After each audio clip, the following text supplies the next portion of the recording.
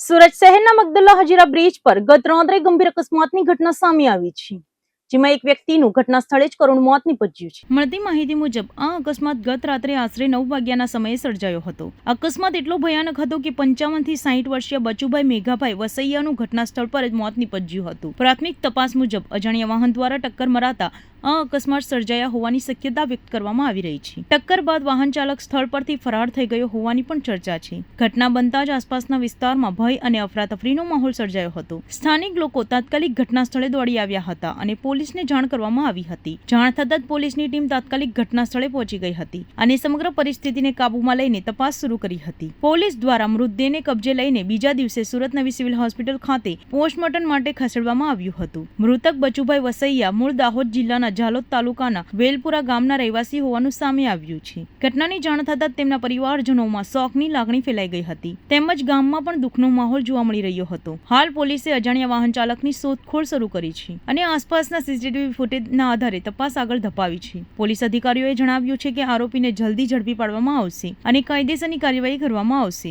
મારું નામ હિતેશ શંકરભાઈ મુંડરા, ભીલ સમાજ સુરત પ્રમુખ।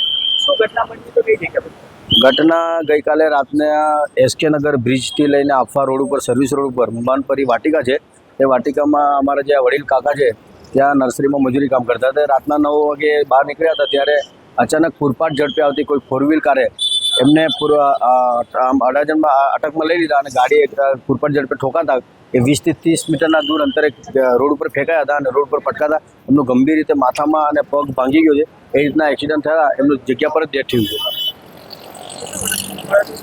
વર્ષ એમની ઉંમર છે કે અંદાજે 55 થી 60 વર્ષની અંદરમાં એમની ઉંમર છે।